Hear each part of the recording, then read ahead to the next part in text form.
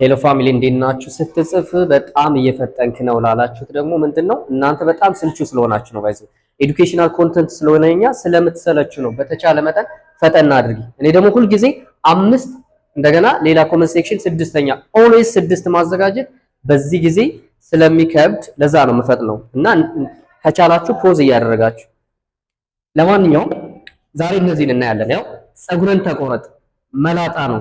ፀጉሩ ገባ ገባ ያለ ነው፣ ሸሽቷል። ፀጉሩ ሽበት አለው ወይም ነጭና ጥቁር የቀላቀለ ነው። ፂም አለው፣ ፀጉሩ አድጓል። በእንግሊዘኛ እንዴት ነው የምንገልጸው? የመጀመሪያው ፀጉርን ተቆረጥ ስትሉ get your hair cut ነው። get your hair cut ፀጉርን ተቆረጥ። መላጣ ነው ስትሉ he's bald ነው። bald he's bald ፀጉሩ ገባ ገባ ያለ ነው፣ ፀጉሩ ሻሽቷል።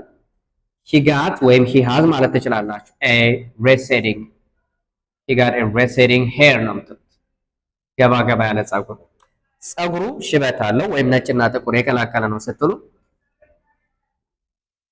he got a gray ነው የምትሉት። he got a gray hair። ፂም አለው of course ለወንድ ብቻ ነው። he has a beard ነው የሚባለው። ፀጉርህ አድጓል። ኮመንት ሴክሽን ጠብቃለሁ። ቴንክ ዩ